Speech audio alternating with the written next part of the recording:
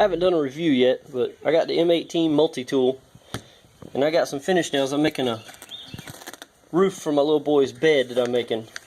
Let's see how it cuts these finish nails off.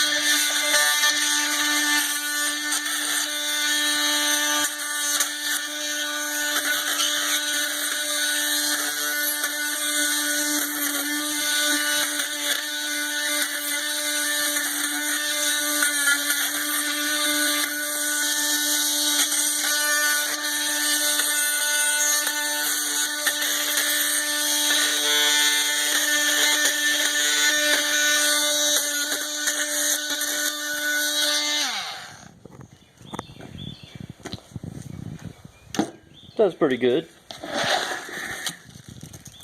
Got a cedar shingle roof for him, but it does okay. And oh, by the way, those aren't nails; they're staples. I like it so far. It actually cuts pretty good.